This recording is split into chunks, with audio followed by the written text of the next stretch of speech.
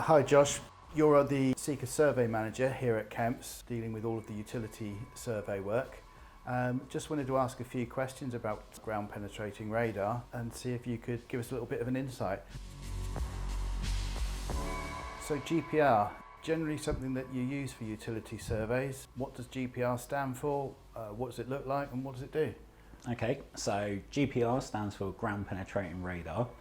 They come in all different shapes and sizes. The most common one we use is a single scan unit. It looks a bit like a push-on lawnmower.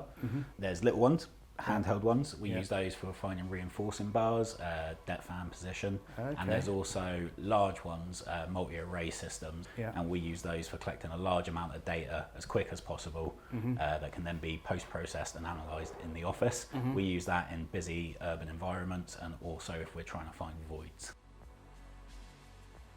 That's quite interesting. I wasn't expecting you to say that you can find reinforcing bar. I thought it was all about utilities. So it's a very similar principle. What GPR is doing is it's sending a radar signal into the ground. We are detecting pretty much anything that's in the ground that will reflect that signal. So I'm assuming you're getting contractors and consultants even, I suppose, that have got existing structures where the reinforcing does matter. Yeah, we do it for a whole bunch of different reasons. We did one recently where they had to have it done inside a building. They wanted to put the comms from one floor to the floor below. So yeah, I went down there. Yeah, try not to rip through all the rebar, yeah. Okay. In terms of when you use the GPR, what's the best time in the survey process to do that? For a utility survey, the most common answer is right at the end. We have so many different location techniques, so we like to complete all of those first because they normally give us a bit more info on what we're actually tracing. For example, for an electric cable, we can actually latch onto that electric cable and send a signal along it. So we're going to be pretty confident we're tracing that. Whereas GPR, like I say, we're detecting anything in the ground. So as we push it along, we're getting that return signal and we're seeing on the screen the hyperbola. Sort of looks like a black and white wiggly line if you don't know what you're looking for. So we like to do it at the end because that way we're not wasting time tracing something that we could have traced quicker and more accurately with other methods. So from what you're saying there, the GPR, it's not telling you this is a gas main then? Exactly. We use a combination of techniques, including comparing our results to the statutory records. So if we know there's supposed to be a plastic gas main running through that area and we find a target that follows a very similar route, we're going to have a fair amount of confidence that's what we're finding if there's nothing else in that area. Is there ever any circumstances where you might use the GPR at the beginning of a project? Yeah, actually there is, and this is quite a recent development with multi-array systems becoming more affordable and more widely available, and that's right at the start of the survey.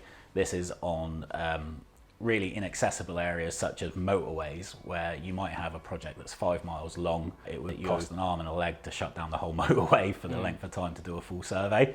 So the contractor will want an initial survey of GPR to cover the whole route. We can then analyse that data in the office, compare it to statutory records, draw on everything we find. Like I say, the client can then request more targeted surveys in areas of importance. So if there's a manhole they need to connect into, a particularly busy area that they're worried about threading services through, etc., we can then go back in and say, right, we'll just have TM for one night here, one night here. We cut the cost right down.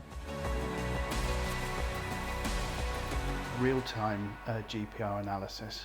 So real-time GPR analysis consists of a very experienced utility surveyor pushing a single scan unit along on site. The main benefit is you can analyse real-world conditions. You can see a little stopcock, a pipe stop popping out of the ground, the gas marker, things that might get missed off a top or something. So you can deduce that it must be the water main because there's the stopcock. That you get that benefit.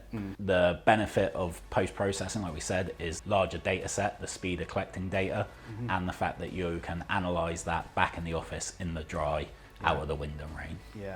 And do you use real-time and post-processing as standard, or? No, so as standard, it's just real-time. We believe a surveyor's experience on site is paramount to a good survey. So, and also the single scan unit is a much smaller footprint. For a single scan, like I said, we're looking about this wide. For a multi-array, we're talking about this. So there's hard to reach areas that the multi-array just won't get into. Footpaths would be a classic, wouldn't it? Exactly, especially if you're doing it when there's high foot traffic, lady with a pram and stuff, you can just pop out the way with the single scan. With the multi-array, you're taking up a whole footpath and you're asking pedestrians to step out into the road, which isn't really acceptable. Obviously, to post-process, the GPR needs to know where it is.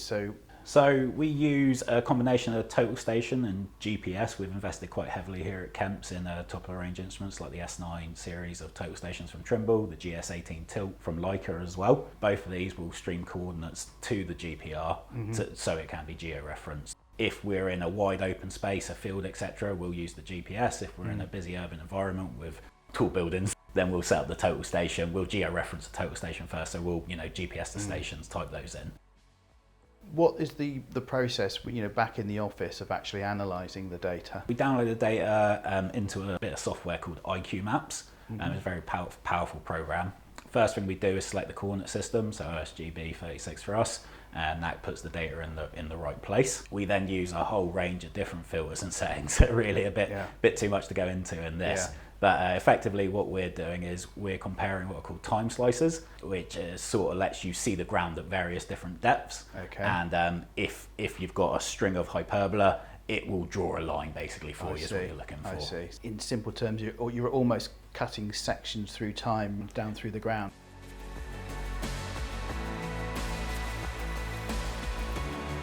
It sounds all quite complicated and high-tech stuff. I mean, is it expensive? Is there a lot of extra cost to have post-processing? No, it's not too bad at all, in all honesty. It depends on the size of the survey, like anything. I mean, we've done surveys recently that the post-processing extra is as low as £200, and the clients really snapped it up. Yeah. So really, it's the age-old question of how big's the site, how densely vegetated, how many services are expected, etc. Yeah, I mean, it really does come down to area with post-processing, because it is how long it's going to take us to push the GPR along. Yeah. So it's a little bit different to a traditional utility survey where you might be looking at a field and thinking, well, there's only one water main running through it, so we're going to be able to cover a lot of ground here, and we're going to be able to scan at the steps PAS 128 sort of recommends. Yeah. Whereas if you wanted to grid that whole field for full coverage, Yeah. you'd be looking at a length of time, Yeah. but luckily PAS says you don't have to do Yeah, that. so really you're more than happy to guide a client through what the optimum solution would be for their site. So Exactly. You're happy to have a good chat with the clients about that. Yeah, and I mean, we always recommend post-processing is done as standard. Yeah. It's the scan steps at what you do that at. So for example, fields, it's a waste of time in all honesty to put your scan steps as close as if you're in an urban environment. Yeah. But for an urban environment where we're looking for so many services closely together, it would be full coverage of that. And from the client's point of view, it depends on what they're proposing to do, what their risk is. So if they're looking to do some very minor works in one area, post-processing a massive area is a bit of a waste of time, really. Exactly that, and it is becoming more and more common that we'll recommend to clients, sort of, you've got such a busy area here, you're digging through that, we would recommend we come back with the multi-array, we'll go across this and we'll give you that confidence that we've found everything we can. Definitely worth clients having a chat with you once they're making their inquiries.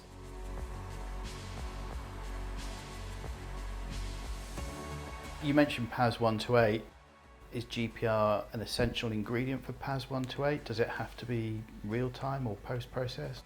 GPR is essential for PAS 128. If you haven't used GPR, you haven't done a PAS 128 survey. Post-process isn't mandated on all surveys. It is now required for busy urban environments. Higher grade surveys. Yeah, exactly. If you're surveying a field with expected low amount of services, you don't have to use post-processing. Yeah. Okay, thanks very much. You answered a few questions for us. No worries.